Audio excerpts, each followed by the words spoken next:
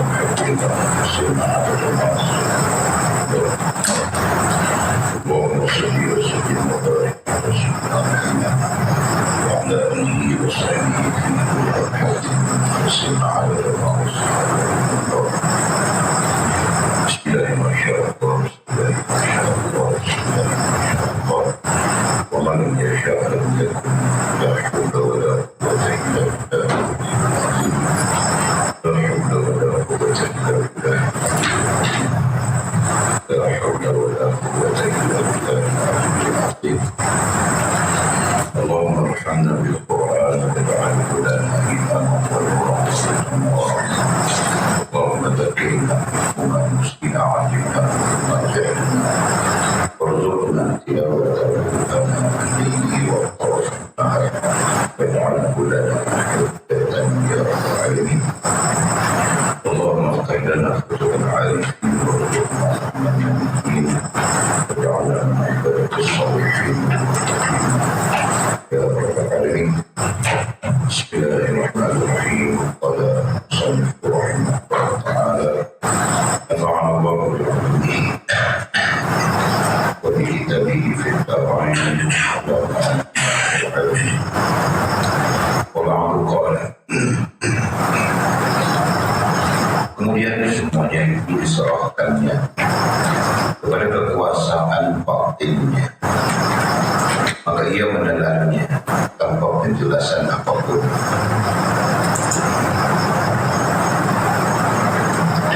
Ketika ini nyatalah kekuasaan Allah sebagaimana ia nyata dalam tongkat Nabi Musa alaihissalam. Maha suci Allah yang menampakkan kudratnya pada sesuatu yang dikehendakinya dan berada di tangan orang yang dikehendakinya. Tongkat Nabi Musa alaihissalam menelan tali ahli sihir Fir'aun yang menjadi ular dengan banyak dan benda-benda lainnya. Namun perutnya tidak berubah. Allah berkehendak untuk mengajarkan kepada mereka bahwa segala semuanya itu merupakan kudrat Allah, merupakan kudrat, bukan suatu hikmah. Kerana segala sesuatu yang dilakukan oleh ahli sihir pada masa itu merupakan suatu pengetahuan dan ilmu teknik. Manakala yang nampak dalam ular tongkat Nabi Musa AS adalah kudrat yang menyalahi kebiasaan dan suatu mukjizat. Oleh itu, seorang pemimpin ahli sihir Fir'aun tersebut berkata kepada temannya, katanya, lihatlah Musa sedang dalam keadaan bagaimana dia. Ujarnya, ia benar-benar telah berubah warnanya, sementara tongkat itu telah melakukan pekerjaannya. Jawab temannya, ini adalah perbuatan Allah, bukan pekerjaan tongkat itu, dan bukan pula perbuatan Musa. Kerana seorang tukang sihir tidak akan takut kepada sihirnya, dan seorang pembuat tidak akan takut kepada buatannya. Lanjut pemimpin ahli sihir tersebut. Kemudian mereka beriman kepada Nabi Musa alaihissalam dan diikuti oleh teman-temannya. Wahai hamba, bilakah engkau akan berdiri dan melangkah daripada pengetahuan yang engkau miliki, yakni hikmah kepada kudrat al-haq? Bilakah engkau akan mempertemukan amalmu dengan pengetahuan kepada kudrat al-haq? Bilakah engkau akan mengandalkan keikhlasan di dalam amalmu menuju gerbang kedekatan dan takarrub kepada Allah? Bilakah engkau akan memperlihatkan matahari kema'rifatanmu dalam menghadapi dan mengetahui hati orang awam dan orang khusus? Janganlah engkau menghindar dari al-haq karena ujiannya, karena Kerana dia mengujimu adalah untuk mengetahui apakah engkau kembali pada sebab dan kamu tinggalkan gerbang ketuhanan. Atau sebaliknya, apakah engkau kembali ke sisi zahiriyah atau ke sisi batiniyah, kepada sesuatu yang wajar atau kepada sesuatu yang tidak wajar, kepada sesuatu yang terlihat atau kepada sesuatu yang tidak terlihat. Ya Allah, jangan engkau mempuji kami. Ya Allah, berilah kami rezeki untuk berdekatan denganmu tanpa cobaan. Ya Allah, kami mohon kedekatan dan kelembutan, kedekatan yang tiada kejauhan dan tidak ada kemampuan bagi kami untuk menjauhimu, dan juga kami tidak mampu untuk menghadapi kerasnya ujian. Maka berilah kami rezeki dengan kedekatan daripadamu tanpa disertai api bahaya. Malahan ya Tuhanku, jika akan ada dan kami perlu merempuh api bahaya itu, maka jadikanlah kami padanya bagaikan alas kaki yang tebal dan melekat di dalam api, sementara api itu tidak membahayakan dan tidak membakar.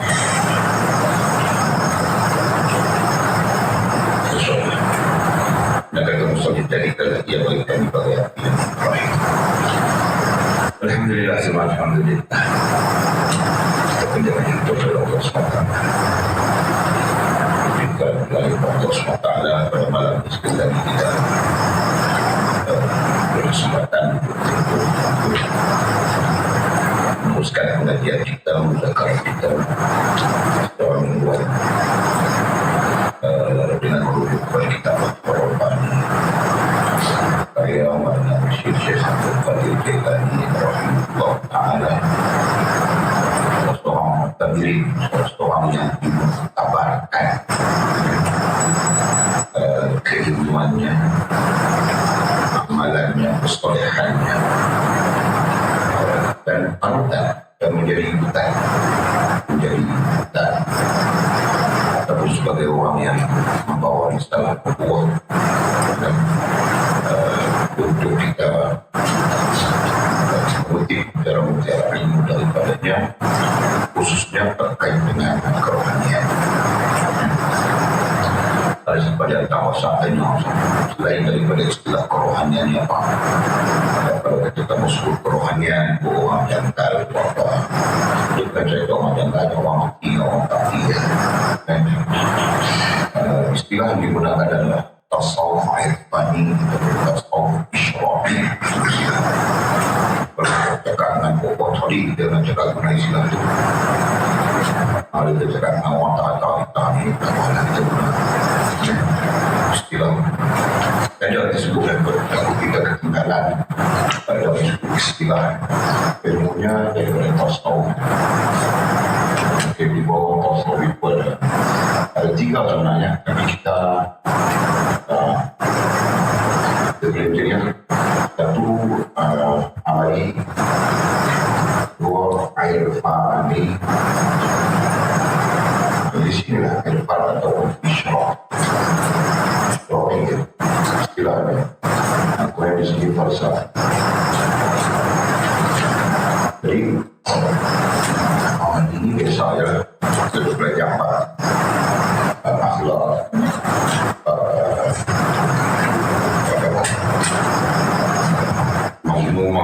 mahmudah, sifat terpuji, sifat keji, yang ini. Dan kena jaga mata, kena jaga telinga, kena jaga kaki, tangan, bawah-bawah, ini semua dalam Allah SWT. Tasawuf irfani ini sangat kuat. Ini kita terlibat dengan kerohanian yang kita terima. Orang pandai-pandai dia pandai ini dibuat tak berguna, istilah-istilah.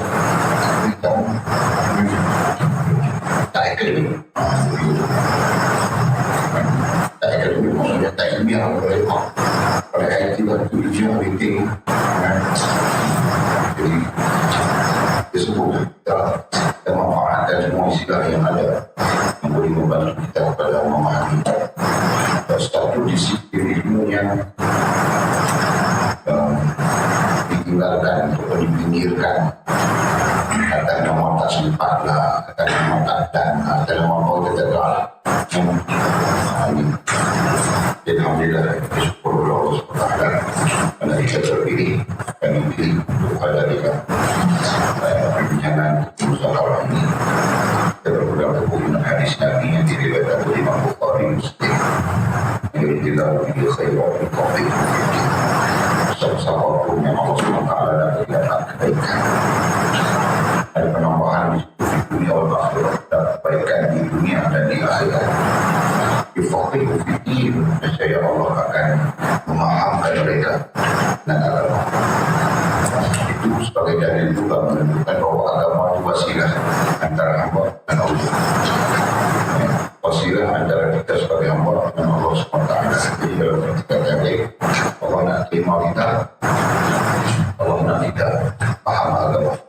Itu faham agama, yakin faham agama, yakin agama dan apa disebut syukur. Faham agama, yakin agama, yakin dengan akal dan syukur artinya yakin dengan hati. Ketika orang faham, yakin, syukur, itu adalah tambatan, itu adalah ikatan, itu adalah simpulan yang dalam bahasa tauhid disebut tasdiq. Dalam bahasa tasawuf dipanggil asal. InsyaAllah tabarakallah, seperti mana kita sebutkan tadi, mudah-mudahan Allah melimpahkan kepada kita ilmu dan kawan khususnya.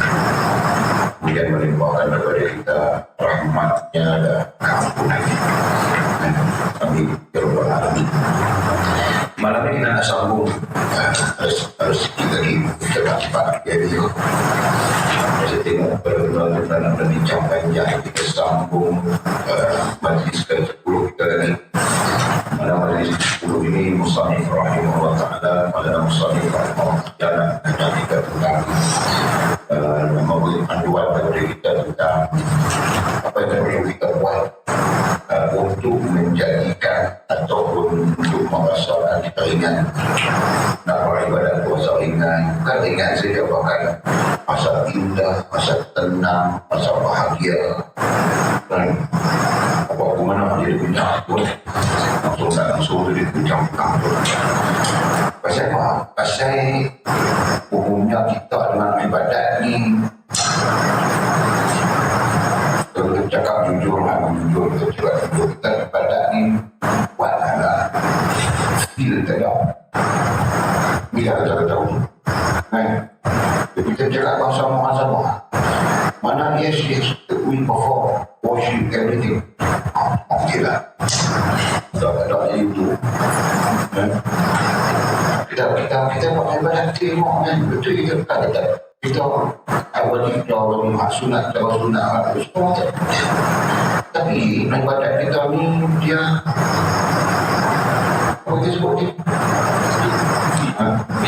orang tak ada feel tak ada pakai ibu masa udah dulu lah udah ni kan pas pakai batu pakai ibu dia tak feel dia sebut tak ada feel begitu. Sedangkan dalam kerohanian kita sebut ibadah ni adalah interaksi, ibadah ini adalah komunikasi kan. Ibadah ini kalau kita jadi mudahnya macam kita bercakap dengan Allah Subhanahu Wa Taala, Zat yang Maha Agung kan. Kalau dengan wajah bukan nak cakap banyak pun nak terima scroll itu ya, menjunjung kasih pada itu hal benar dia kira. Bukan dia kata terima kasih yang tahu saya kira. Dia kata menjunjung kasih. Pelik doang. Tapi pelik tak pelik pun itu dia saja. Dan kita pula dalam kita konteks kita bicara, kita bercakap dengan Maha Raja.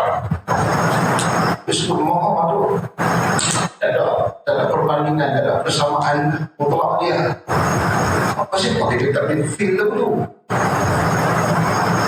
Macam-macam jadi juga kita tahu yang masa keluar mana. Ada yang berjalan ke depan, patah balik ibu melana. Bilik kayu. Mulut baca. Ajak dia tu protokol dia kan. Silap seliok kan. Masya Allah. Ini Allah Subhanahu wa Ta'ala Zat yang Maha Agung. Kita sebut Zat ini Maha Raja. Sebab kita tak ada filter pertanyaan. Tak tahu kita menghadap Sultan Salahuddin, depan Sultan Salahuddin kita ada satu masalah ini pada silap cari kira. Tidak boleh ada. Masalah itu.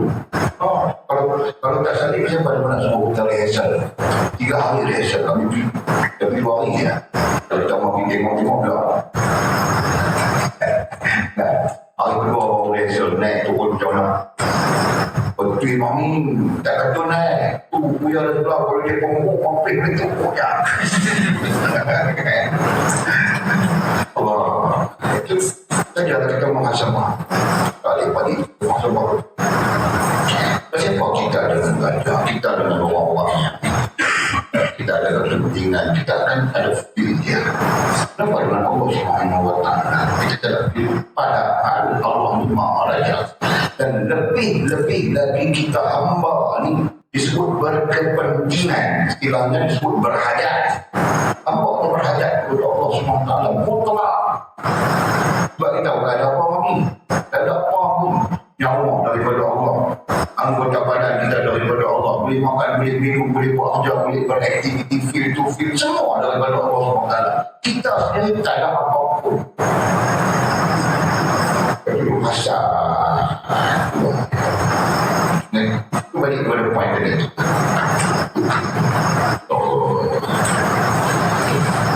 Cakap tentang usaha tadi 10 ni lah kan. Akan balik ibu muhasabah. Pada muhasabah apa? Allah ya Allah. Nah itu. Jadi kita nak balik kepada ibadah yang ada feel. Pengaruh kepada feel itu adalah kita sedar diri, kita sedang berkomunikasi, berinteraksi dengan Maha Raja. Itu pengaruh dia. Syekh Maulana Syekh Abdul Qadir nak tanya kita hati. Nanti dia akan jadi ringan. Kalau dia jadi ringan. Apalagi di sana kita ada feel juga. Istilahnya feel juga. Kita kasih sayang, kasih kita feel itu. Dalam masa yang sama kita beroleh kedamaian, ketenangan, kebahagiaan sebagainya. Seperti mana yang dimaksudkan oleh Allah SWT dalam Al-Quran. Kalau kita baca pendek dengan ada atas mana dahulu bila dirikilah tidak ada yang mendamaikan, menenangkan, membahagiakan. Pun artinya perasaan. Kan? Tidak ada yang menenangkan, membahagiakan, mendamaikan perasaan. Tidak dirikilah mereka dengan mengingati Allah. Itu terjemahan literal. Tafsir adalah menghubungkan diri kita dengan Allah Subhanahu wa Ta'ala. Sumber kepada ketenangan, kebahagiaan itu adalah hubungan dengan Allah Subhanahu wa Ta'ala. Kita tidak melalui itu pertanyaan. Jadi langsung Maulana Syekh Abdul Qadir Jilani rahimahullah ta'ala nak kita hadap supaya kita istilahnya jadi ringan dalam ibadah. Ringan itu bukan semata-mata ringan, tapi membawa kepada maksud-maksud yang kita sebutkan tadi. Kata kuncinya adalah sedang diri dan kita sedang kita berinteraksi dengan Maha Raja. Kita sedang berkomunikasi dengan Maha Raja. Tapi nak bawa kepada feel-feel yang kita sebutkan tadi, tenang, damai, masa itu sebut nama Allah, doanya lazat, sepenuhnya, masa itu solat Allah, damai, bahagia. Kalau mengajar solat dengan juga menurut itu lagi kata bila kan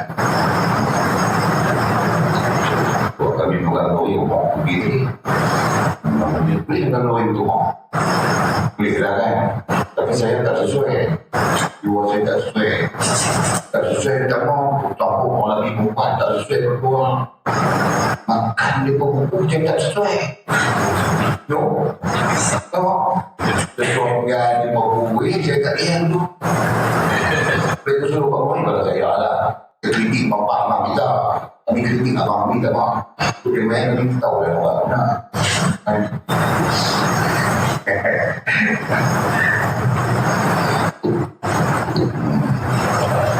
Okey. Jadi mudah-mudahan kita sampai kepada maksud-maksud kita sebutkan tadi. Saya dah sebut balik pasal kita berbincang makin lama semakin jauh kita track dia itu. Dan kita dah kita track jadi kita pun juga jawab yang kita sebut ni. Okey, malam kita sambung lagi kata Musannif rahimahullah ta'ala. Katanya kemudian semuanya itu diserahkannya kepada kekuasaan batinnya. Ini berkaitan dengan apa? Berkaitan dengan kunci berkaitan dengan hamba Allah Subhanahu wa ta'ala yang terpilih hamba-hamba yang terpilih dipilih oleh Allah Subhanahu wa ta'ala yang rentetan dia kalau kita tengok pada muka suara 81 ini dia kaum yang tidak memikirkan kepada Allah. Kalau kita ada satu individu yang baru mencari kebenaran, mencari hubungan dengan Allah SWT, kita kena tampuk dengan katanya kaum istilahnya di situ, kata maulana orang yang tak fikir urusan dunia, urusan dia fikir urusan Allah SWT nya. Itu dari sudut kerohanian lah. Dia macam orang macam tu. Baru kita boleh berjalan, boleh melalui jalan kerohanian ini. Bila kita pun nampak tujuannya. Kalau kita hidup campur dengan orang yang tak fikir pun kita berdetak pasal mudahan fikir berdetak ada pagi, petang, siang, malam tak fikir pun soal hubungan dengan Allah, soal kerohanian, soal apa tak fikir pun. Jadi kita tak dapat, berarti kita tak sampai kepada kalau ikut bahasa orang ulama kita tidak boleh ditakbir oleh Allah, oleh alam semesta dan oleh Allah Subhanahu wa ta'ala. Sebab pandangan para ulama rahmah Allah Subhanahu wa ta'ala itu bermula daripada suhbah. Daripada suhbah. Suhbah itu maksudnya sahabat. Boleh jadi suhbah itu maksudnya bermula daripada hubungan antara kita orang awam dengan orang saleh atau orang alim. Dia bermula di situ. Kan? Atas nama ilmu tadi tu. Jadi kita nak punya ilmu ke mana? Kalau kita tak jemput dengan orang saleh, kalau kita tak jemput dengan orang alim, kita jemput dengan kawan-kawan kan Allah kita mengikut suara begini. Kan? Kawan dia tak buat kita mengikut beli ilmu ni. Kawan.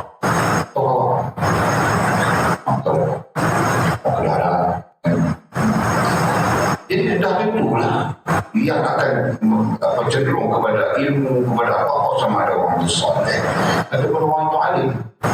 Sedangkan ilmu itu adalah kuncinya.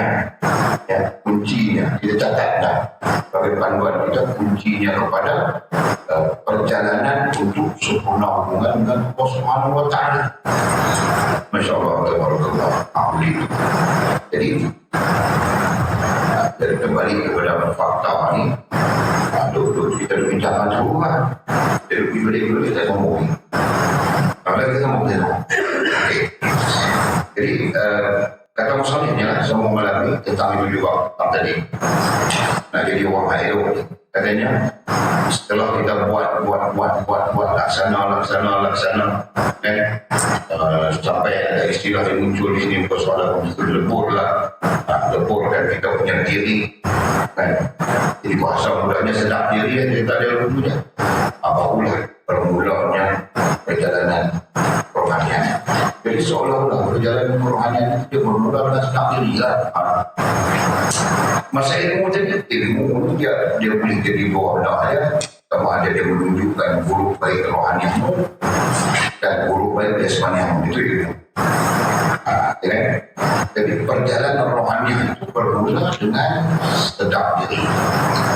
Bila sedap diri itu dia nak buat yang tu, dia nak buat yang ni, dia nak kena istighfar, dia nampak semua jalan-jalan. Dan apabila berlaku semua cantik dengan izin Allah SWT.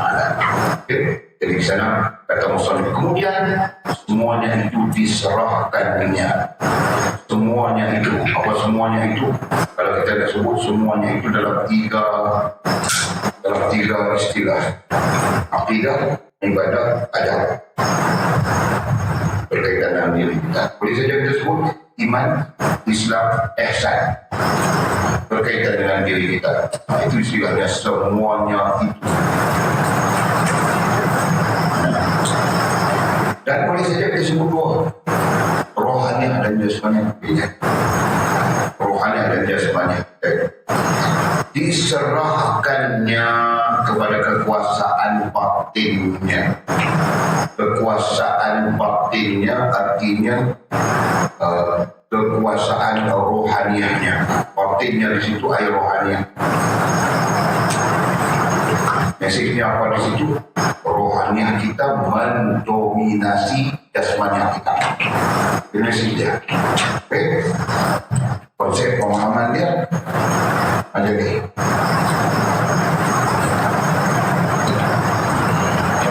Rohaniah dan ini jasmaniah. Itu konsepnya. Dia rohaniah mendominasi jasmaniah kita. Seperti mana kita berpegang dengan asas baik rohaniah kita, maka baik dengan jasmaniah. Pupuk rohaniah kita, maka pupuk dan jasmaniah. Ini Fathur Rahman. Rohaniah mengambil tempat, katakanlah 80%. Jasmaniah mengambil tempat 20% saja. Jadikan 100% layak. Itu jasmaniah cenderung mengikuti rohaniah. Tidak kira-kira. Akan yang kita baik, hati kita cantik, akan yang kita cantik. Orang yang kita pun cantik lah, tidak. Kalau jadi tak kawan, maka yang tak pilih. Takkan orang tak pilih sebab air segala. Jangan. Faham macam mana? Ya, ini yang kita kata apa ni? Tak betul yang akan sebab apa? Sebab air segala, sebab apa? Sebab apa? Kata kita, tak ada orang. Jadi, nak apa kata akal tak betul akan mencetuskan perasaan yang tak betul. Perasaan yang tak betul itu akan membawa kepada jasmaniah yang tak betul. Sebab itu dalam Islam ini kita diajar supaya betul dulu kita strukturkan bagi nampak bagi jalan ini. Hak mewakili rohaniah, akal, hati. Ada makna dari istilah-istilah yang terjadi.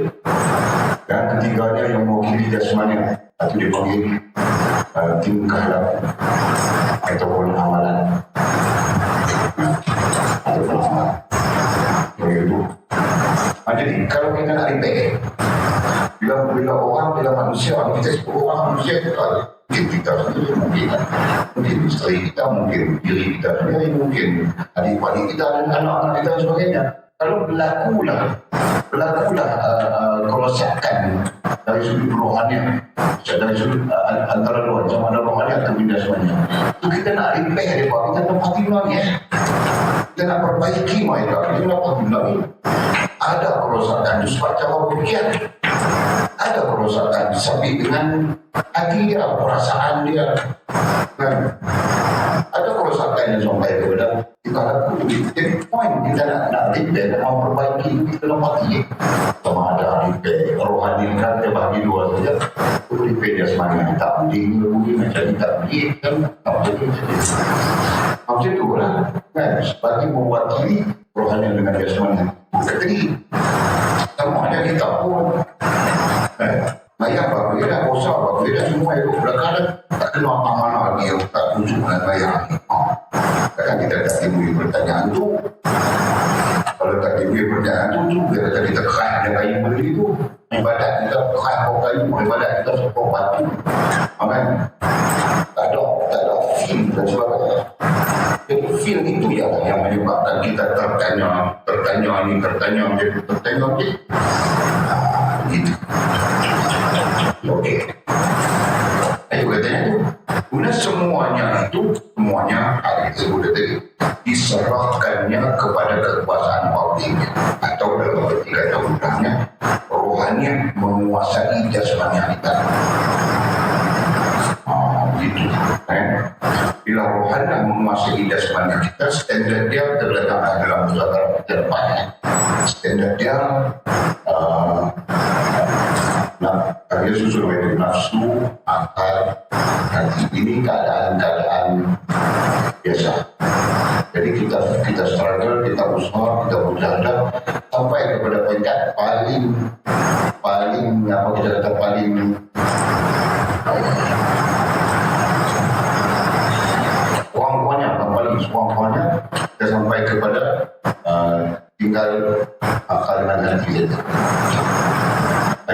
paling atau kita jauh lebih daripada itu.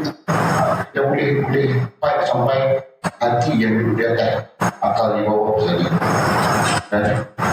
Dan lagi terbaik adalah hati saja. Itu cerita lah.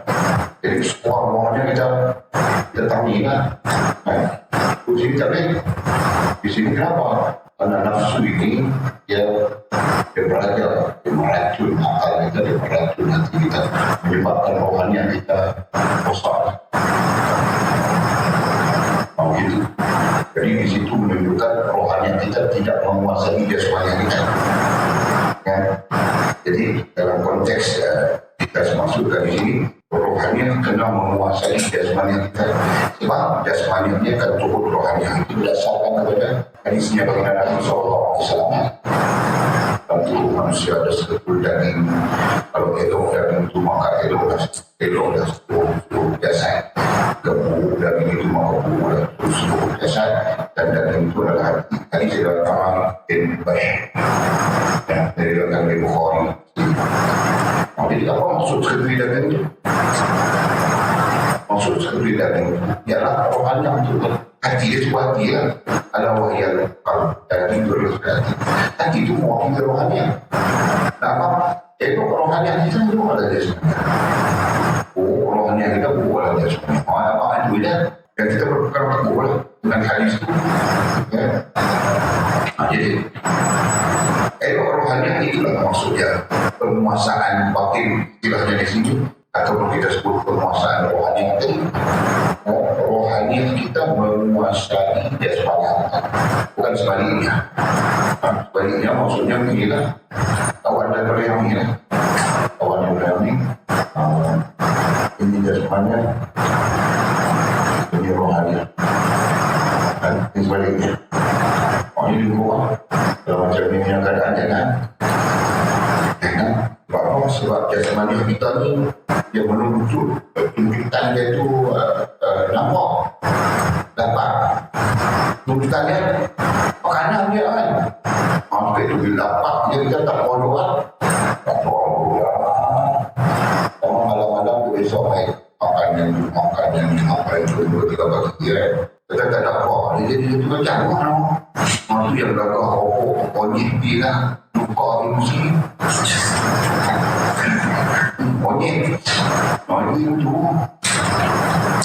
jadi itu lagi kita jasmani yang kita dia menuntut begitu, dia menuntut drastik tiba-tiba naik ke awas muka kita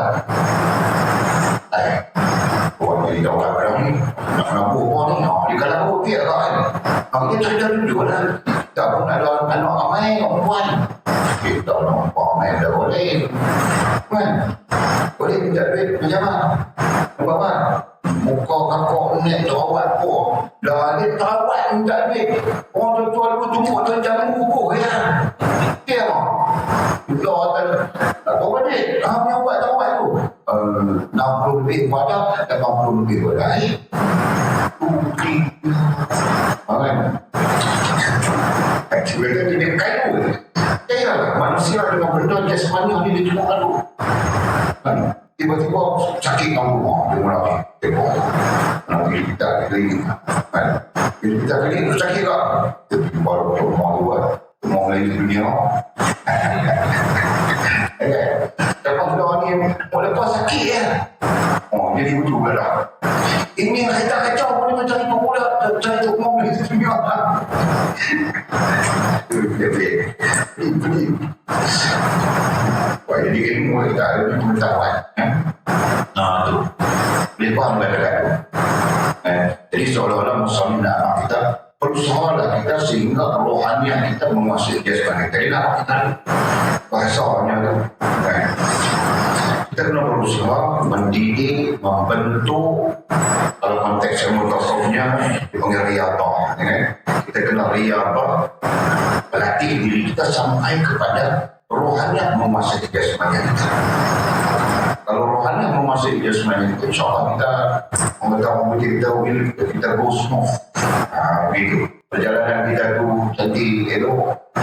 Tapi kalau jasmani yang menguasai kita, di situ itulah kita stuck macam-macam. Sangkut yang ni, sangkut yang tu, sangkut yang ni. Banyak sangat dia dah sangkut tu. Dan termasuk daripada sangkut-sangkut itu menjadikan keduniaan. Dia akan jadi lupa. Takut awal ini tak apa. Tapi dia nak cenderung kepada keduniaan. Nak cenderung kita kepada kalau cakap mudah, nak cenderung kita kosak hubungan dengan Allah SWT daripada keperluan-keperluan kita. Yang itu dia nak jadi lalai, nak jadi bagai-bagai lah. Okey. Benar tak? Maka ia menelannya tanpa penjelasan apapun. Ketika rohaniah dia menguasai jasmaniah, maka ia menelannya. Menelannya ni istilah pada menunjukkan redha. Dia akan terima, dia akan redha.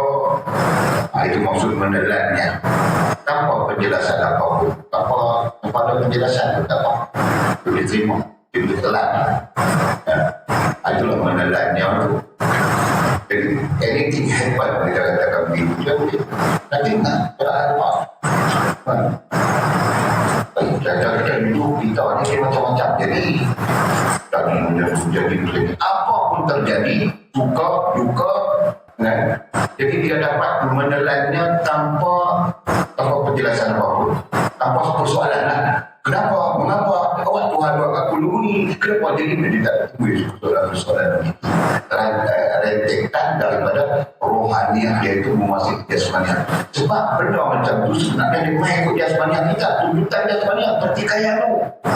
Ya, pertikaian itu dia main daripada tuntutan jasmaniah kita. Bayangkan rohaniah kita tenteram dengan Allah SWT. Jasmaniah kita pun ikut tenteram, damai. Dia nak tuntut apa? Dia nak tanya apa? Ya kan? Dia faham?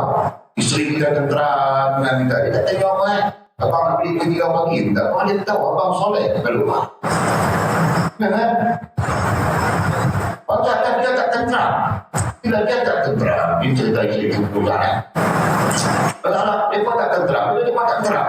Kita pergi 3 pagi tak boleh di mana ni dengan jalan cari bujang lain nampak. Padahal duk tanya begini tu. Kan? Ketenteraman orang panggil ya, sifat kita akhirnya disebut berbimbang. Bimbang itu datang daripada tuntutan jasmani yang sebenarnya. Ini kami belajar psikologi dia memang pasal apa dia jadi stres, pasal apa dia jadi depresi, pasal apa tetap ada kaitan dengan persekitaran jasmani. Faham tak dia? Jadi persekitaran jasmani itulah yang menuntut, yang menyebabkan rohani yang menjadi tak terang. Ya kan? Itu ialah persoalan pasal apa? Soalan itu tak nabi.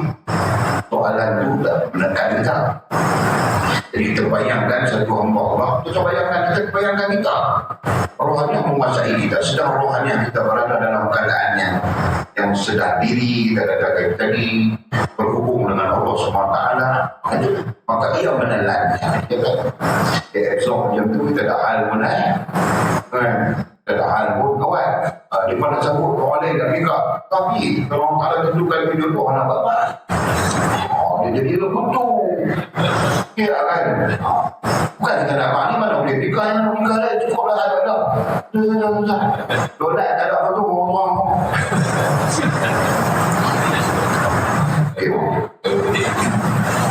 Kami pakai nama gitu kan.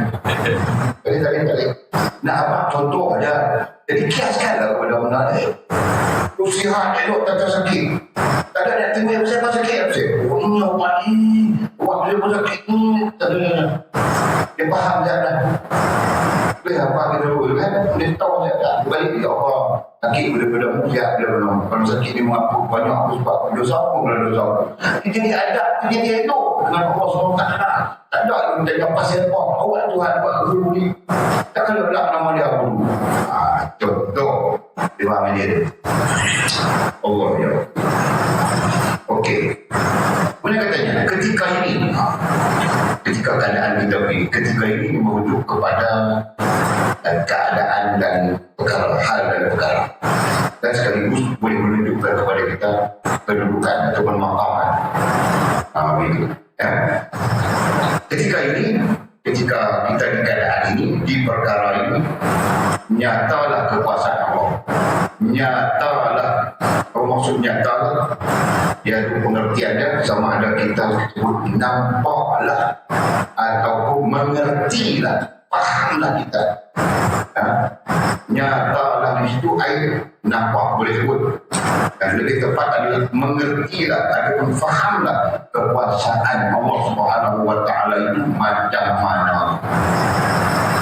Bila kita tanya diri kita masih kita fahamlah kuasa Allah Taala itu.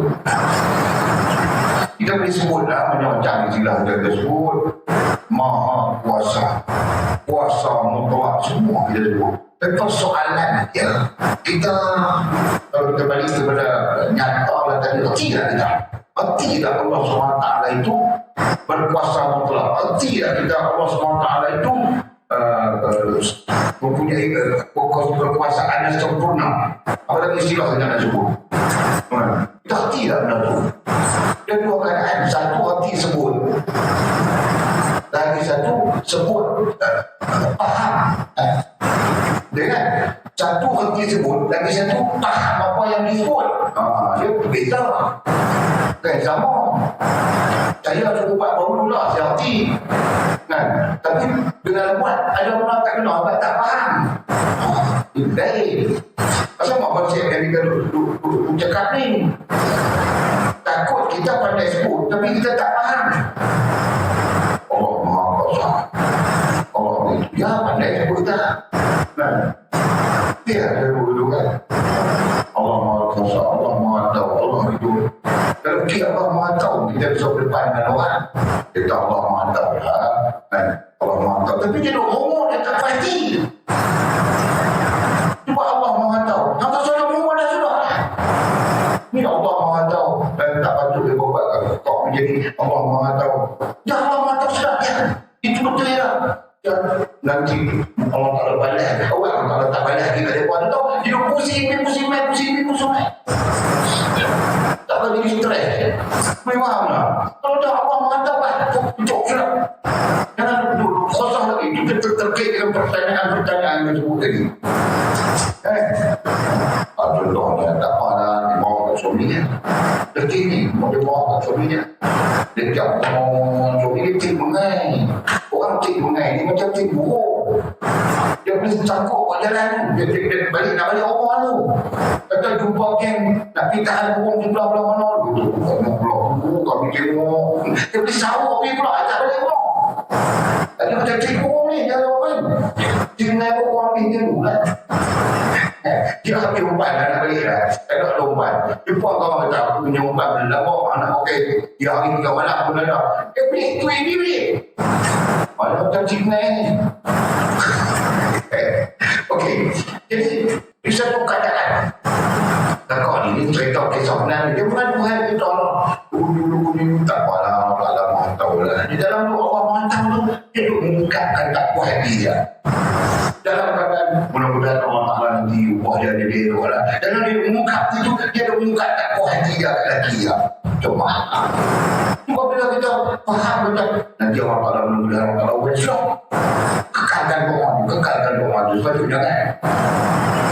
Dia sebenarnya sama ya, laki perempuan sama ya hal ini. Artinya apa? Artinya kita tak reti, kita tak faham yang kata kekuasaan Allah macam mana. Dia tumbangnya. Kita tak tuan itu. Mendapat dia pada itu orang tak dia cakap ni. Kalau orang tak dia berfikir, oh, dia kata mana? Dua yang ini lah, tak ada tahu dah. Boleh ambil buat dia jangan buat dia. Jadi bila sebut tentang kekuasaan, ada yang pun banyak lah juga kita cakap nak yang kita cakap, jangan kita tipu. Kami kita kena keluar daripada keadaan lima taqulu ma la taf'alu ataupun lima taqulu ma la ta'lamu. Kita kena keluar daripada keadaan itu. Satu, kita cakap kita tak buat. Allah Ta'ala dia keluar buat ni. Lagi satu, kita cakap kita tak ti. Kan? Dia tahu nama tak ta'lamu. Benda tak lamu. Benda kita tak ti. Ada ayat khas menolak kita cakap kita tak ti. Okay? Wala ta'fu ma laysa laka bihi min al-ilmi. Jangan kamu cakap sesuatu yang kamu tak ada pengetahuan. Okay? Jadi kita tak tahu, kita cakap kita tak tahu, kita kena cari tahu. Sebab itulah dia ada disiplin ilmu tauhid supaya kita tahu benar-benar ni yang kata kekuasaan Allah tu lah mana. Kita terjemah nak bagi faham maha kuasa tak juga. Kuasa mutlak pun tak juga. Mungkin lah tak ada kan betul. Begitulah sifat-sifat yang lain bagi Allah SWT ni menuntut kita faham. Di situlah ketika ini nyatalah kekuasaan Allah. Nyata di situ sama ada kita nampak dari kita sudah. Dan paling penting adalah kita mengerti, kita memahami. Jadi dua-dua istilah itu terkait dengan makna nampak. Barulah kita nampak kekuasaan Allah pada kita tu. Jadi bila kita nampak kekuasaan Allah, barulah kita boleh tunduk kepada kekuasaan Allah. Maka barulah rohaniah kita boleh dia berpunca daripada rohaniah kita terikat. Istilah tauhid yang dipanggil tasdik. Rohaniah kita terikat tetap teguh dengan kekuasaan Allah. Kenapa? Karena dia nampak dan meyakini kekuasaan Allah SWT itu. Dia begitu. Lebih Mu'min buat. Nazir dapat Mu'min buat. Boleh buat nama. Allah Masya Allah. Kita minta Allah Ta'ala bagi kita ilmu pengetahuan lah. Ya Allah, bagi kita ilmu pengetahuan ni nak nampak benar-benar ni. Dia tetap bertitik tolak daripada disiplin ilmu itu sendiri. Itu sebab itu kenapa dan mengapa kita dianjurkan hukum. Tadi sebut fardu ain bahkan dalam tauhid, ilmu yang tauhid, tasawuf, aqidah, ibadah. Ada cuma saya ada supaya berlaku sungguh kepada kita. Nah hakikatnya Nabi-Nabi, Rasul-Rasul, para sahabat diajak Nabi memang mereka punya. Itu mereka yakin sungguh. Kita katakan yakin sungguh mereka dengan namanya kuasa Allah SWT tidak yakin sungguh. Sampai mempengaruhi keyakinan mereka. Macam berita tadi siang kita baca ayat. Ya ayyuhalladzina amanu hal adullukum ala tijaratin tunjikum min adzabin alim. Allah Ta'ala sebutkan turun dari Nabi baca ayat. Allah Ta'ala tak bagi pertukaran tijaratin berarti pertukaran yang menyelamatkan daripada azab yang pedih. Dan kamu beriman kepada Allah dengan bila wa rasuli wa tujahiduna fi sabilillah bi amwalikum wa anfusikum. Bi amwalikum wa anfusikum. Okey. Baca ayat ini baca. Dia dengar lagi baca ayat tu. Okey, pergi bagi Baitul Mal. Bila datang kebun aku tu ada para sahabat ilmu tu. Mungkinlah kita tak lebih kepada mereka tu, kita pun tak kata kita semestinya mereka. Tapi sekurang-kurangnya para sahabat ni dia kerti. Bila sahabat kata kuasa Allah tu dia kerti. Bila sahabat kata tuntutan Allah tu dia kerti. Mereka bertindak dengan keadaan mereka begitu paham. Bukan cakap tu nyawa menyeri. Ada perjanjian apa? Perjanjian mula-mula, perjanjian Aqabah. Perjanjian Aqabah. Bai'atul Ridwan. Dalam Quran ada kisah Bai'atul Ridwan. Alladhi yubayyi'u tahta asy-syajarah. Dalamnya ayat. Apa jadi Hafiz ada kena tengok. Nanti kita mengaji ke depan ada Hafiz tu tak ada. Kita tengok. Ayat ni buat apa? Kita tengok dia. Kita tak pakai laptop. Kita pakai laptop lepas dong. Nak gila dia canggih sikit. Ya, dia dekat dengan ayat laqad nasarakumullahu bi badrin wa antum azillah al-bahr. Ingat kita buat Quran tidak boleh nak pakar selera ni. Tu kalau kita maknanya kita kalau punya anak banyak, bini banyak, bila mampu soal mau kecuali yang ada dolar. Dengan baik, mampu apa itu jangan lupa kita kemana-mana kita jangan lupa kita cari daripada kita cari. Aduh. Okey, tapi nak balik kepada poin kita ni, nak kata kenapa para sahabat ni dia boleh lagu tu? Kenapa orang yang dididik oleh Nabi ini dia boleh sampai macam tu? Padahal para sahabat Nabi tahu tak ada beza apa umat Nabi Muhammad SAW macam tu ya. Kalau nak tengok dari sudut lain, sudut makan, kita lagi dahsyat makan. Dia bawa kurma, roti kering tu ya. Kita tutup dengan siap-siap di luar tadi. Kan? Oh, kita ramai lah. 3 kali sehari. Sarapan, makan tengah hari, makan malam. Itu akhirnya komandannya. Tak komandan hutan ni, tak tahu macam mana. Ya kan? Para sahabat ni dapat boleh makan. Tapi mereka punya insyaAllah kita nak dapat, kita nak dapat. Itulah, kalau sejauh itu, dapat kita rohani mereka hebat. Dan hebatnya rohani mereka itu bermula daripada ilmu tu. Itu dia. Dan ilmu tu yang menyebabkan rohani mereka menjadi hebat. Tanda hebatnya apa? Tanda hebatnya Allah minta, dia faham Allah minta, dia hati Allah minta, dia hati Allah Maha Kuasa, dia hati Allah Maha Kaya, dia hati Allah SWT. Percaya ada bagi pun. Sayyidina Osman tu apa pula yang minta bagi kat Rasulullah SAW. Salah satu sebab dia digelar dengan Zulnurain. Kata para ulama sebab dia nikah dengan anak Rasulullah SAW. Itu pendapat yang paling kuat. Tapi pendapat lain mengatakan Zulnurain itu diberikan gelar kepada Sayyidina Osman bin Affan radhiyallahu taala anhu adalah kerana dia tak nak pandang. Seolah-olah mata ni tak nak nampak dunia. Kerana Sayyidina Osman tu dia bagi Zulnurain. Satu individu yang nothing lah, kan?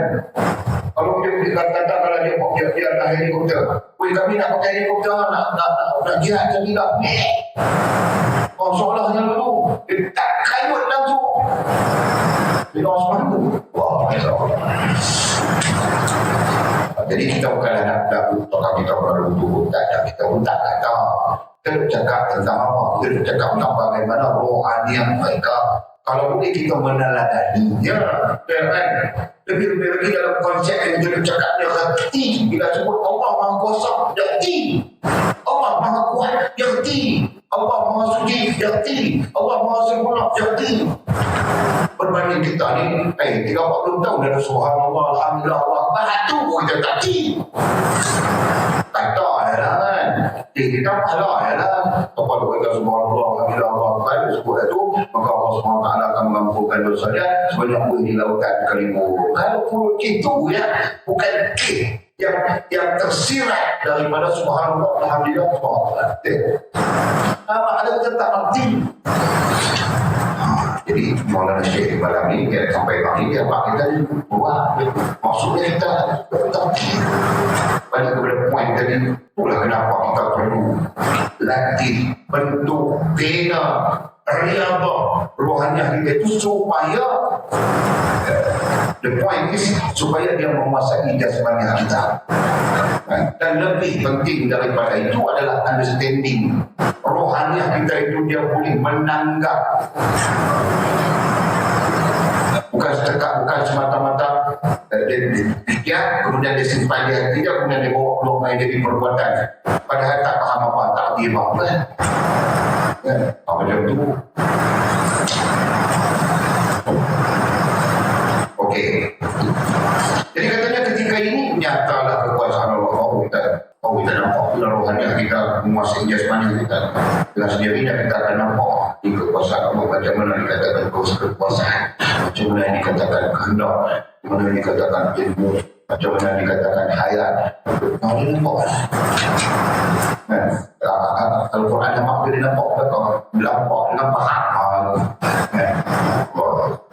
Boleh clear, boleh faham maksudnya. Kalau dah faham tak? Cikgu Allah ni kan. Jadi satu baru jadi ilmu. Kalau kita faham Quran tu dah baru ilmu. Kalau takat baca kitab berperang kita itu maklumat. Ilmu itu apabila kita sendiri mampu berkompromi, berinteraksi, itu baru ilmu kan. Jadi kita disebut maklumat ni, pada juta maklumat.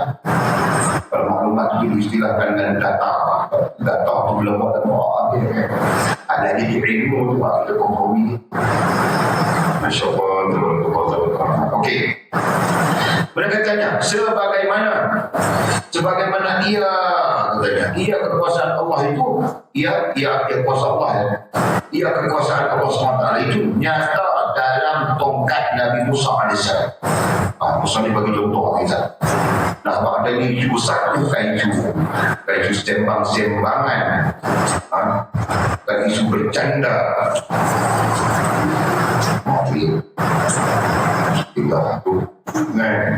Tapi adalah isu yang ilmiah. Kita kena pandang benar ni benar ilmu. Okey. Jadi katanya sebagaimana ia kekuasaan Allah SWT itu nyata dia menggunakan perkataan nyata lagi sekali. Nah, artinya apa nyata di situ kita sebut dah tadi. Sama ada kita nampak, pandang, nampak, dan lagi satu faham. Nyata adalah tongkat Nabi Musa AS. Nah, sekarang topik main isu tongkat Nabi Musa ni. Isu ni Al-Quran pun cerita kita kan. Al-Quran cerita bagaimana tongkat Nabi Musa AS mampu dengan kuasa Allah tadi, yang kuasa Allah SWT itu tadi mampu memusnahkan sihir tertinggi yang diamalkan oleh rakyat Fir'aun. Yang langsung tak langsung Nabi Musa itu ada kan. Sihir pangkat tertinggi. Di mana sihir itu, kalau kita cakap bahasa mudahnya, kumpul siapa pun pada masa itu, itulah sihir paling tinggi. Dasar cantik orang, cantau orang, meletup orang, berdarah keluar, sakit, kisah hebat. Nampak tu, itu nanti jadi kira tadi boleh buat pula ni, tinggilah pada masa itu. Pada hebat kan. Dia akan kumpul semua kumpul ni. Nah, kita challenge dengan Nabi Musa. Nak challenge asalnya, challenge sihir dia. Kita tengok sihir Musa, Nabi Musa dengan kitabnya Amna Power. Dia potong tali, dia pak tali pun dari ulang, dia pak tali pun dari ulang, dia pak tali pun. Ramai lah ulang, tengoklah. Orang sampai tadi. Betul? Kalau orang boleh memusnahkan budak-budak kami ini, wahai Musa, maka kami ikut ayat itu. Tak apa, Nabi Musa pun dalam sirah mengatakan ada mengatakan Nabi Musa tak tengah doa, ada mengatakan Nabi Musa tak doa, wahyu itu turun naik kat Nabi Musa kata lepas tungkat balik tungkat dalam budak-budak benda tu. Nabi Musa pun balik lah. Bukan dia tahu pun kalau main tungkat hari dia bawa tu kain mematahkan ranting kayu, daun-daun untuk kami makannya. Nabi Musa ni sejarahnya dia seorang pemelihara kambing kan. Tongkat cabang dulu, selama main tongkat tu habis kan jolok dia berat mata kami makan itu ya. Bukan ada pasal pun datang tak datang lepas lah tongkat tu kan. Agak sebagai manusia Nabi Musa tertanya kan, lepas tongkat ni kan, lu lah kan. Mestilah Nabi Musa sebagai manusia dia macam tu. Tertanya pasal apa. Tapi kerana rohaniah dia tu kuat dengan Allah SWT, dia pun tak tanya, dia yakin kalau Allah Ta'ala berkuasa dengan itu mungkin tukar jadi ular yang suruhnya ular itu pula besar Allah Nabi ada pada masa itu tak ada kaki ya. Kalau Tuhannya sihir kita Allah mari kita tengok apa komen. Ini katanya bagaimana ia nyata dalam tongkat Nabi Musa AS. Maha suci Allah.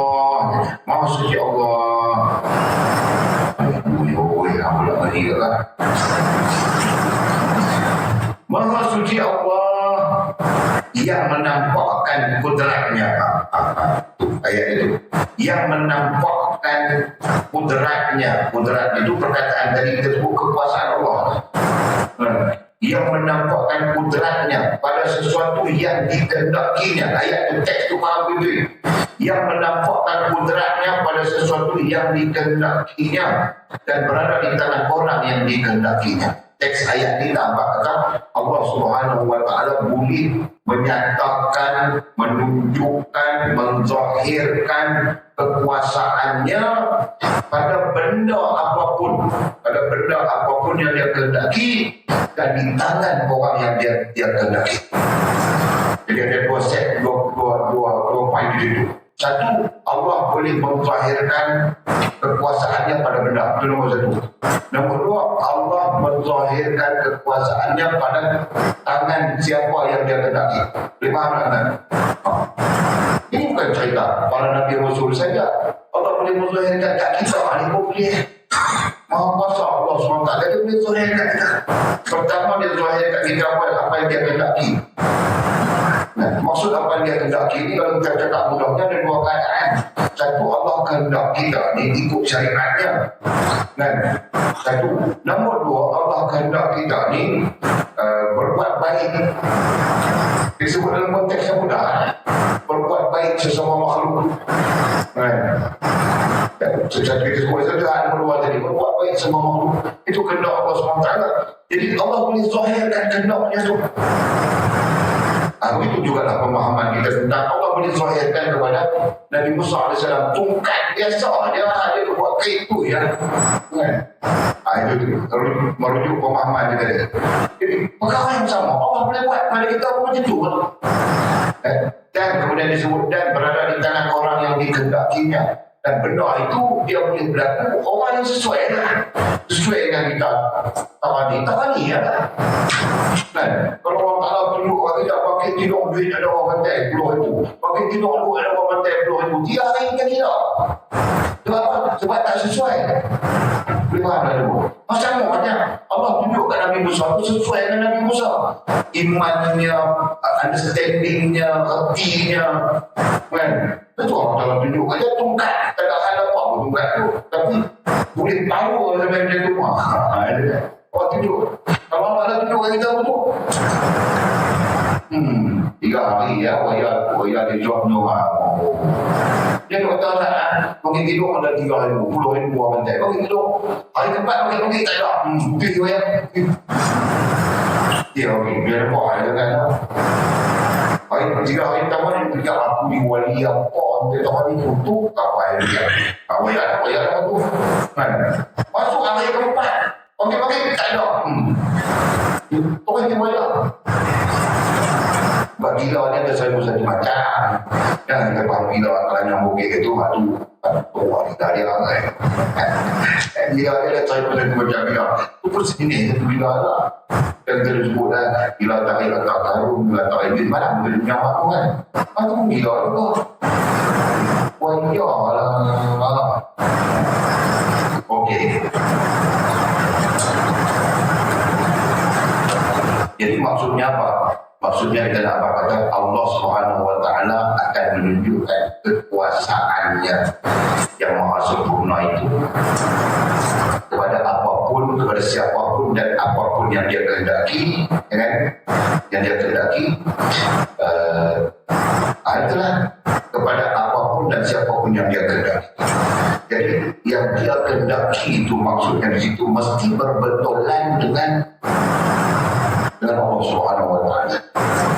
Jadi konteksnya di sini adalah kita pun kena ajak diri kita, latih diri kita supaya betul dengan Allah SWT, berbetulan dengan Allah SWT, supaya nanti kita termasuk di dalam benda yang dikehendaki, hal yang dikehendaki, perkara yang dikehendaki, dan termasuk baikkan tangan orang yang dikehendaki. Maksudnya itu. Jadi bahasa mudahnya layak Allah Subhanahu wa taala zahirkan kepada kita kekuasaannya lain daripada fakta ilmu, fakta maklumat. Allah zahirkan kepada kita kekuasaannya. Jadi kita nampak seperti Nabi Musa nampak pada tongkatnya. Firaun tak tahu, rakyat geng-geng tak tahu Nabi Musa cuma tahu tongkat dia tu. Jadi dalam pengetahuan Nabi Musa, apakah Nabi Musa tahu tongkat dia di bawah? Dia tak tahu kan. Tinggal wahyu tu main kat dia. Turun kat dia, campak tongkat hang, idrib bi'asal al-hajar tu kat dia. Kan? Idrib bi'asal al-hajar itu nampak pecah lembu. Belah lembu. Dengan tu tak ada kan? Dia wahyu tu main kat dia. Memberitahu campak tongkat. Baru dia campak. Nah, abang kata apa? Layak Allah SWT jadi menunjukkan kudratnya kepada Nabi Musa AS. Kenapa? Kerana Nabi Musa AS itu orang yang layak. Layak dia dulu tak mana? Kalau rohani yang dia tu poin dari itu. Jadi kita pun dengan izin Allah, kalau rohani kita tu cantik tu, macam mana kita lakarkan lah gambarannya, Allah SWT akan buka lah. Tadi yang teman dia mana-mana ni, Futuhat pagi tadi kan, Allah SWT akan setiap hari itu ada perubahan. Kalau kita peka, Allah SWT akan, kita akan nampak Allah SWT tunjuk kita, tunjuk buka kita.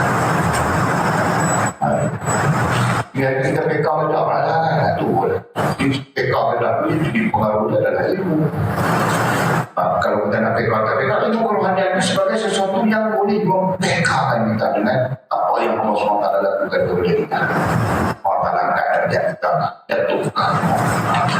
Okey. Katanya tongkat Nabi Musa AS menelan tali ahli sihir Fir'aun yang menjadi ular dengan banyaknya dan benda-benda lain. Aduh, tongkat Nabi Musa ada tinggal mungkin kayu jambu lah, mungkin kayu panggil ya, Arab tanah ini Israel.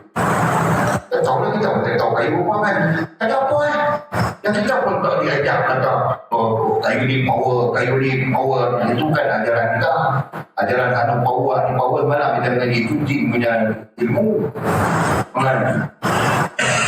Kemudian dia boleh bukan manusia, saya itu dipuji manusia hidup oleh maklumat itu bawa di kalangan manusia. Itu yang jadi celah buruk kan. Ilmu dalam bangsa jin digunakan di dalam pendidikan apa dibentangkan kepada manusia. Ini celah buruk. Kayu mungai ni setan tu takut. Lepas tu dia apa kata setan takut bila kita baca taus. Lepas tu dia apa kata kayu mungai ni setan takut. Orang tinggal taus tu orang pakai kayu mungai tu dia. Dia main dia kan. Padahal Nabi ada taus tu. A'udzubillahi as-sami'il 'alim minasy syaithanir rajim. Tak tu. Iblis jin ni dia takut contohnya lah. Kita ni oleh kita Nabi dia tak tahu pula tu dia buat kerja semuanya. Tapi Nabi tahu tu. Tak ada lah. Aku ada mungai setan itu takut lah. Cahaya ada mungai apa besar lah. Besar.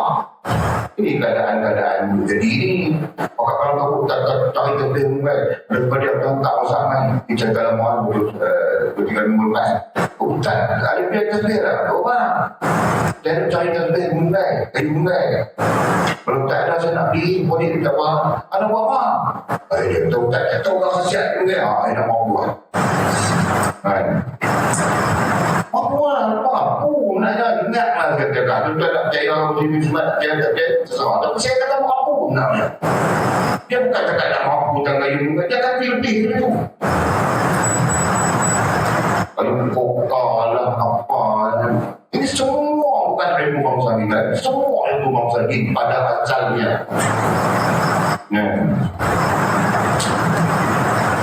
Saya tetap mengatakan yang faham dunia ini tak bertanggung jawab. Dia tak tahu kesan. Orang awam ini nak pergi macam mana benda-benda ini dia tak fikir. Akhirnya orang awam ini dia tak bantu dengan orang tak ada. Tinggal pun dia akan bantu benda-benda. Dia meletakkan benda, makhluk benda ada perkara memberi bekas. No boleh terima aku. Kita tak boleh terima. Tu. Jadi kita balik kepada cerita kita ni. Jadi Nabi Musa AS manusia macam kita lah. Lebihnya dia seorang Nabi, dia seorang Rasul, dia seorang yang dipimpin oleh Allah SWT. Tapi dalam banyak keadaan, dia melalui kepayahan, kesusahan seperti manusia lain yang wajar dengan Bani Israel pada ketika itu. Tekanan ni kita nak cakap dalam masa Fir'aun. Jadi Allah ni kita kata Fir'aun ni memang tak pakai. Dan dulu orang kata Abdul Madin Maha Fir'aun, orang kata dia tak kata. Allah ni memang ada pun, dah pun nak Fir'aun juga. Aduh. Okey. Namun katanya, walaupun ular tu, ini kisahnya, ular tu tolak makan segala ular yang lu ada. Kalau ular yang lu ada yang dibuat oleh penyihir Fir'aun ni. Namun perutnya tidak berubah. Perut ular tu tak berubah pun.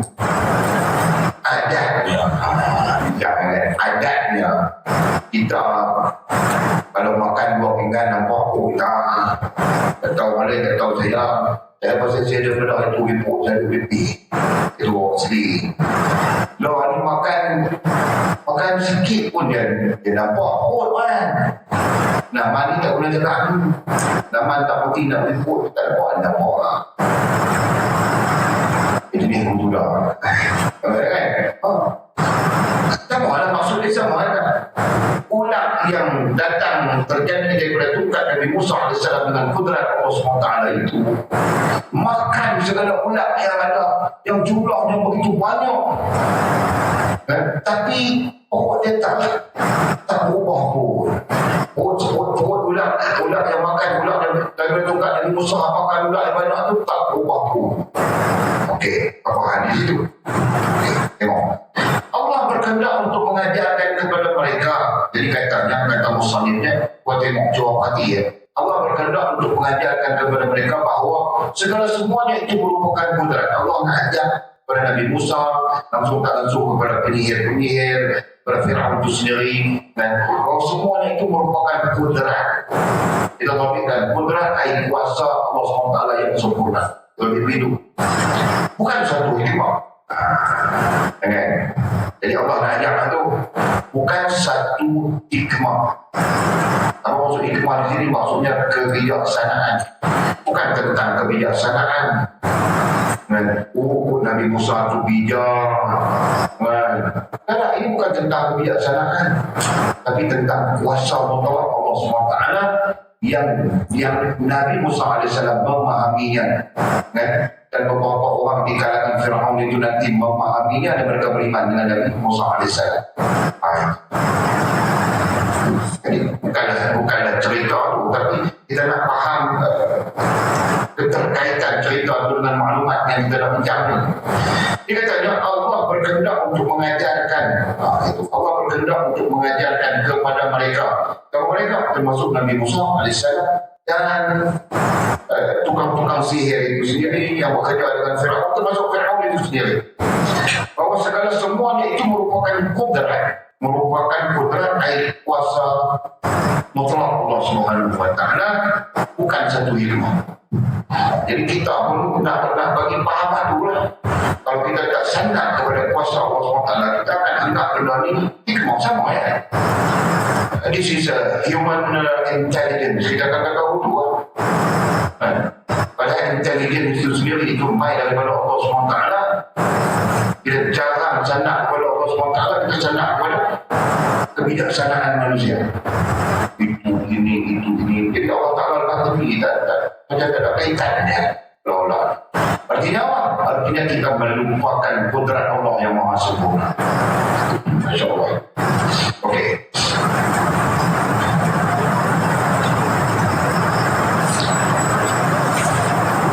Kerana segala sesuatu yang dilakukan oleh ahli sihir, segala sesuatu apapun yang dilakukan oleh ahli sihir Fir'aun pada masa itu merupakan suatu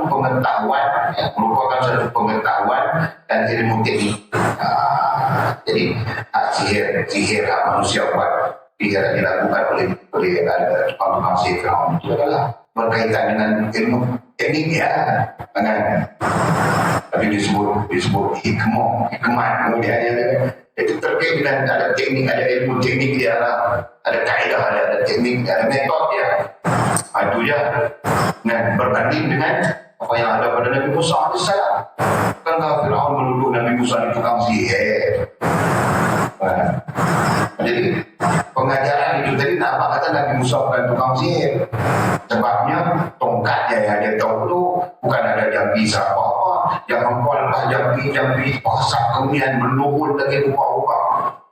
Musa tak ada apa-apa, dia tahu punya. Pada ketika itu, kenapa? Kata hak hampa tu ada tekniknya, ada metodnya, ada kaedahnya. Dengan hak Musa ni, benar-benar Nabi Allah, benar-benar Rasulullah, Allah yang zahirkan. Allah yang zahirkan kuasa mutlaknya. Sampai tungkat ada rupa, anjing Melayu bagi kami makan saja pun boleh lebih hebat daripada apa yang kau buat. Itulah maksudnya. Nama ini okey. Manakala yang nampak di dalam bulan, manakala yang nampak di dalam bulan tongkat Nabi Musa AS adalah kudrat. Manakala yang nampak, yang kelihatan, bukan dalam bulan, pada bulan tongkat Nabi Musa, bulan yang keluar yang jadi di bulan tongkat Nabi Musa, itu menunjukkan kudrat yang menyalahi kebiasaan, dan suatu mukjizat. InsyaAllah tabaraka. Ada dikaitkan dengan kudrat Allah. Allah boleh melakukannya pada apapun dan pada siapapun yang layak. Okey. Oleh itu dan suatu mukjizat dia. Oleh itu seorang pemimpin ahli sihir Firaun tersebut berkata kepada temannya, melihatkan kepada keadaan itu, pemimpin ahli sihir, tukang sihir Firaun itu sebut kepada temannya, kawannya, lihatlah Musa sedang dalam keadaan hal. Keadaan itu dalam bahasa Qurannya disebut hal. Sedang dalam keadaan ataupun hal bagaimana dia sedang berada di dalam hal apa. Itu merujuk kepada dua hal, sama ada rohaniahnya ataupun jasmaniahnya. Itulah yang kita belajar. Jadi sebenarnya kita bentang hal ini ada dua hal ya. Hal rohaniah atau hal jasmaniah. Jadi dua-dua hal itu boleh dijadikan sebagai kain ukur untuk kita kembang tengok rohaniah kita misalnya. Dapati pula tengok jasmaniah kita misalnya. Tengok jasmaniah kita berada di pencari. Apa bolehlah kembangkanlah dia. Ini jasmaniah kita bukan duduk pencari, jasmaniah kita duduk di lawa ya. Contoh Allah SWT. Kenapa lagi itu? Ia benar-benar telah berubah warnanya. Ia air. Baginda Nabi Allah Musa AS benar-benar telah merubah warnanya. Ini bahasa ya. Maksudnya menggambarkan keadaan Nabi Musa itu bukan sebarang keadaan. Itu Nabi Musa sedang berada di keadaan Allah menzahirkan kudratnya, Allah menyatakan kudratnya, Allah menunjukkan kudratnya yang sampai-sampai difahami oleh Nabi Musa AS. Itu maksud. Sementara tongkat itu telah melakukan pekerjaannya. Tongkat Nabi Musa AS itu telah melakukan pekerjaannya. Maksudnya melaksanakan perintah Allah. Tongkat itu melaksanakan perintah Allah. Ada makna itulah. Jadi dalam understanding dia, dalam pemahaman dia, Nabi Musa itu makhluk Allah zahirkan kepada Nabi Musa kekuasaan mutlaknya. Tongkat itu makhluk Allah zahirkan kepada tongkat itu kekuasaan mutlaknya. Dan Allah SWT maha kuasa. Dan faham itu kan. Jadi kalau kita faham itu Allah maha kuasa, kita ikut dia. Allah Ta'ala jangan macam-macam. Disitu kuasa semacam sudah tak macam. Kalau kita baru mula main, mula kemarin, hari ini nak jadi wali dah apa boleh. Bahasa tema kita tu. Kalau kita bermula daripada awal macam tu keadaannya, Masya Allah, tetap lainnya sebagai apa lah. Keadaannya lebih kurang kita duduk nak rumah seminggu jangan keluar. Duduk nak rumah ya, telefon pun tu tengok.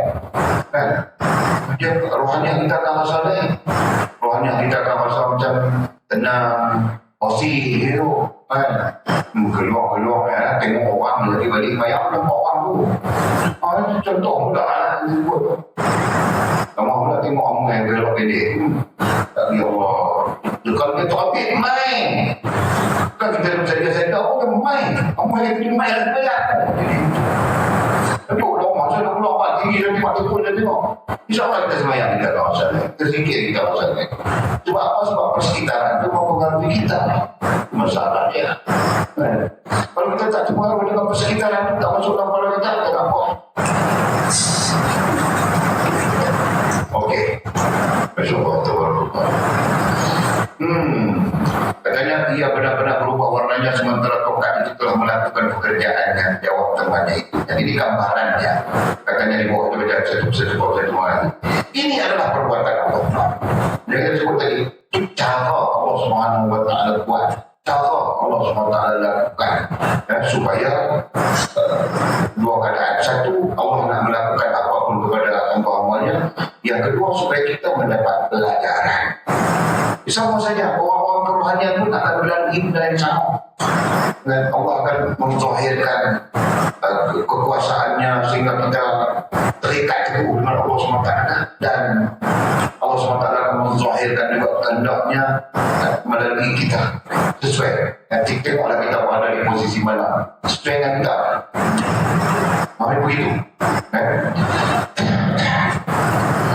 Masya Allah. Jadi itulah perbuatan Allah SWT. Bentuk perbuatan dapat disebut af'al. Af'al Allah SWT. Begitu.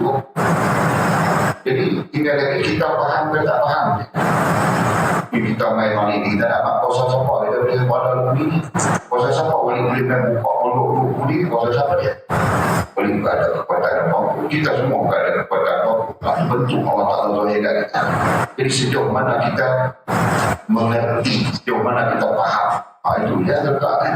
Dan Allah zahirkan kehendak dia. Mana kita ada berjuta-juta tak ada ni.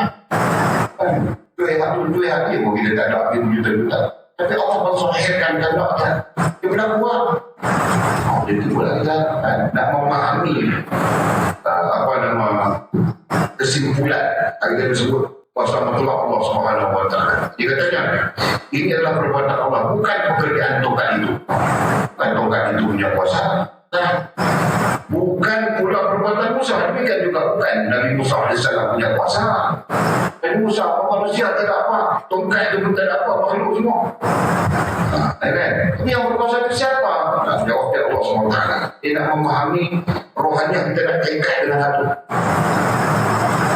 Rohaniah kita nak terikat dengan Allah Maha Kuasa. Kita tak boleh buat apa kan? Manusia ni nak angkat kelopak mata tadi dalam ayat Al-Quran.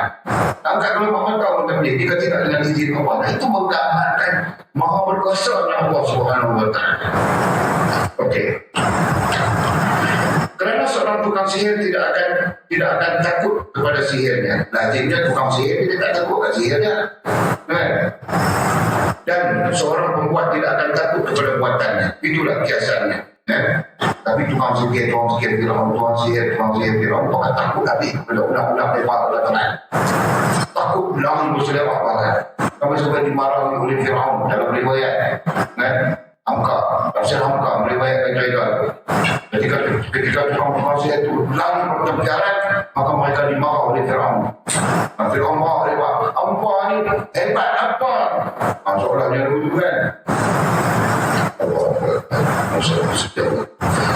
Dan katanya, dan seorang pembuat tidak akan takut kepada buatannya. Lanjut pemimpin ahli sihir tersebut. Kemudian mereka beriman kepada Nabi Musa AS dan diikuti oleh teman-temannya. Ahli sihir itu dalam riwayat mengatakan majoritinya beriman dengan Nabi Musa AS kemudiannya. Subhanallah. Jadi kesimpulannya Allah Subhanahu Wa Taala menunjukkan atau menzahirkan kekuasaannya mutlak kepada orang yang rohaniahnya, orang yang rohaniahnya, kalau ikut semua ini rohaniah menguasai jasmaniahnya. Jadi bahasanya apa maksud rohaniah menguasai jasmaniah? Rohaniah yang baguslah, rohaniah yang baik, rohaniah yang benar. Ketika dia menguasai jasmaniahnya, Nah ketika itulah Allah SWT akan mentahhirkan sesuatu yang bersabit dengan hak Allah SWT supaya rohaniah kita itu semakin terikat teguh, semakin bertambah teguh dengan Allah SWT. Bentuknya adalah Allah mentahhirkan kekuasaannya dan Allah mentahhirkan kehendaknya. Jadi bentuknya berbagai-bagai yang kita sebut bagi tadi lah. Ya, ada yang berlaku ini, berlaku itu. Jadi kita cakap tentang hal dan perkara.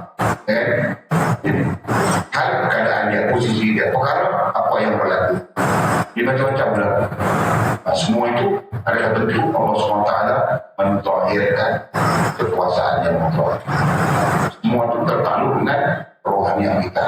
Sejauh mana baik rohaniah kita, maka Allah akan mentahhirkan kepada kita sesuai dengan kita. Okey?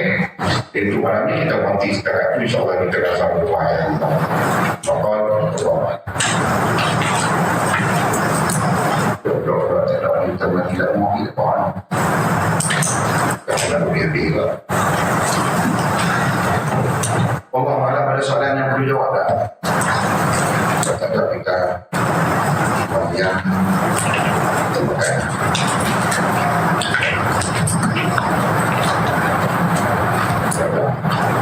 Kalau kita ada muslimat dia problem kan? Ada. Hari ini ada esok.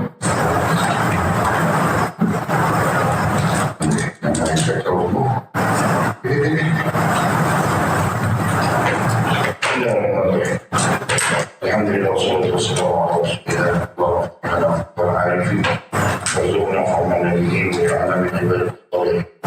Allahumma hdina siratal mustaqim siratal ladzina an'amta 'alaihim nabiyyin as-siddiqin wasyuhada'i was-salihin Allahumma rabbana taqabbal minna wa inna qawmina bil haqqi wa tafsir fatihin wa ma'ina 'ala dhikrika wa shukrika wa husni ibadatik. اللهم فقهنا في الدين وعلمنا التأويل اللهم فقهنا في الدين وعلمنا التأويل اللهم فقهنا في الدين وعلمنا التأويل وصلى الله على سيدنا محمد وعلى آله وصحبه وبارك وسلم والحمد لله رب العالمين.